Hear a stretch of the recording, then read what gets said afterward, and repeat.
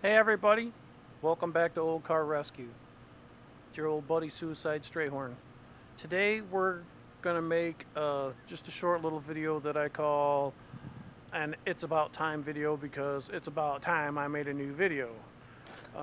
Yeah, making videos is not my full-time job, but I'm gonna try to do more of it. But any you guys that have gone through kidney stones probably understands that a guy might want to take a day or two off, especially when the 10 millimeter socket is the one that you always lose, and then the 15 millimeter socket is a real popular socket when you're working on cars, but a 15 millimeter kidney stone is not exactly a common occurrence, but we're going through it. We're doing it one day at a time. But we didn't, the last that we talked to you, we were working on Old Glory, and we didn't get to do the burnout contest, but we put on our big boys panties, and now Old Glory's out in the back, and it's gonna stay there until we either take it to the drag strip or the next Cletus, whatever he puts on that it'll fit in, we'll try to get it in. But in the meantime, we decided we would do a mixture of a Derek and the one that always buys the cheapest one on Facebook. So I love Chevys. Already got the Corvettes, and I told Mean Chick, I said we need to just find a cheap ass car so we can make some videos. And she said, hey, look, you love Corvettes, and we need a cheap car. Here's a cheap Corvette. So cheapest Corvette on Marketplace, cheapest Corvette that we could possibly find on Facebook. We checked the old Craigslist too, and the old interweb, and this is what we came up with. And let's just take a quick look. Let me show it to you. It's a 1990. I know that a lot of people kind of rip on these, the C4, C5s, the plastic fantastic, but you know what? I kind of like them. They really handle good. They're actually fairly dependable cars. They've got the best engine ever built, and they really don't look that bad. Now, this car, I don't know a whole lot about it, but from what I was told, this thing sat in a garage for around the 20-year mark, and that I can believe. And we'll get to looking at it and show you some of the. For one thing, and I've seen this so many times, somebody has put in very nice, very expensive tires on it that don't look like they ever got used, and now they are just destroyed from sitting. They have just a wee bit of crackage, but that's no biggie. That's no biggie at all. The body, imagine that, no rust. No rust. Plastic doesn't rust, but still no rust. There's a little bit of work to be done in here, because that big pile of pieces is supposed to be filling those holes.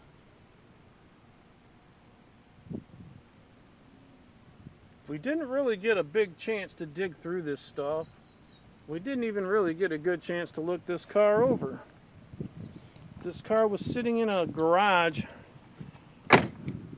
of a very exclusive, expensive home that the gentleman that lived there for many years unfortunately passed away, and the home is being revamped to be resold, and that's why the car sat for that many years, and we ended up with it.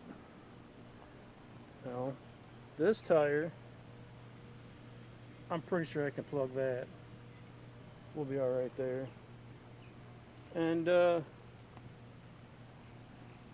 interior, you know, like I said, it could use a little bit of armor all. But I think with a little bit of time and a whole bunch of TLC, I think it'll be alright. Now, if I was Derek, the first thing I would do is look in the trunk. Because the trunk tells you everything. If you find parts in the trunk, it either needs that part, or it has had that part replaced, or somebody just threw it in there.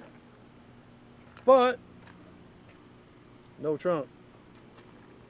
Besides, I think we found enough extra pieces inside the car that we don't have to worry about that. We have a crooked tailpipe. You know what? That just blows the whole friggin' deal. Nah, just kidding. Looks like stainless exhaust. This car actually looks like it's in pretty fair shape. From what I understand, when it was parked, it had in the 80,000 mile range on it. And the seats look like 800,000 miles. But the pedals and the rest of it, the steering wheel, they look, I could go for 80,000. I could believe that. I guess we'll see. I mean, look at the door panels. They're good. They're decent. We've got your basic Florida weather stripping. Absolutely destroyed. So let's go ahead and see, get a little look under the hood here. I'm gonna have to set you down for a second.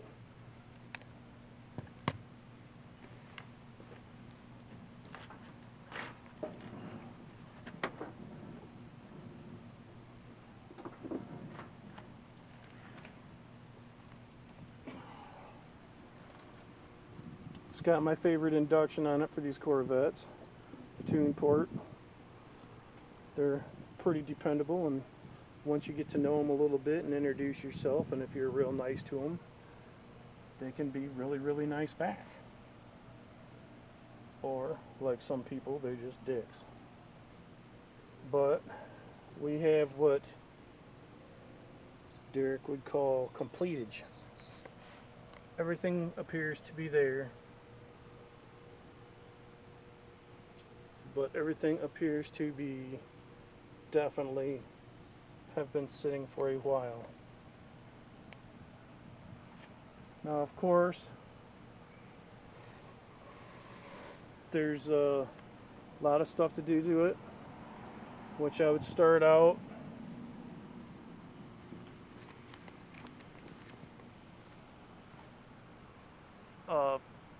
I decided to go ahead and just pull the cap off the gas tank, because if you know anything about these cars, you just it's very, very easy to pull the pump and the sending unit out. And after sitting that long, I kind of knew that it was going to need a pump. So I went ahead and I pulled this apart. Let me show it to you. And now you can literally reach down to the bottom of the fuel tank.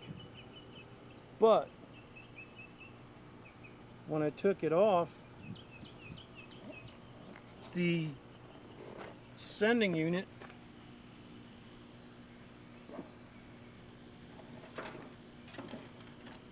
looked like this on the outside of the car, and like this inside the tank. Now, this unidentified substance actually contains the fuel pump, which was laying in the bottom of the tank. So we decided to scrape a little bit and use a little bit of the old squishy bulb, and these work great. And we filled up a 5-gallon tub, and this stinks so bad that I can just smell it anywhere near this car. I can just smell that nasty fuel. But I still cannot understand exactly what this is in the bottom of this fuel tank, because there's a lot of it. Okay, take a look at this. Alright, see if I can get a shot. It appears to be liquid, right? Wrong. I don't even know what you would call that. But it's not liquid. And there's a lot of it. The closest thing I can compare it to is old school roofing tar that you would just scrape on the roof before you wanted to, when you were too lazy to change the shingles. And there's a lot of it down in there. So we're gonna go ahead and get the car off the trailer.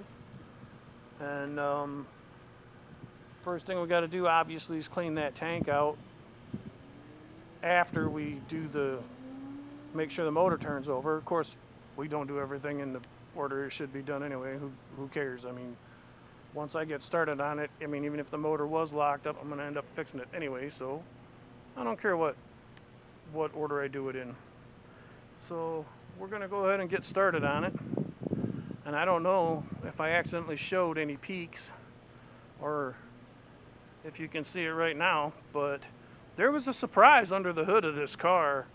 And eventually I'll let you guys see it, but I just got to figure out how to, let's say, properly present it. So that's going to probably do it for right now, but we do have a new project. Looks pretty cool. Hopefully it'll run. I'm pretty confident that it'll run. And thank you for watching the vid. I'm back. We'll be back. We'll be making a lot more videos. I know I keep saying that, but shit happens. Don't forget to subscribe if you haven't already, please. Don't forget, it's free, and it really, really helps me.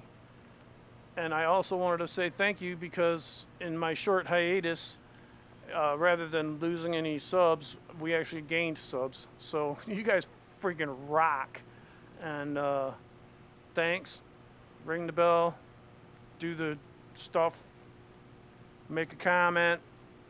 Gonna do the best I can do to entertain you and entertain myself. You know, everybody entertains themselves. If you say you don't, you're a liar. Anyway, thanks for watching.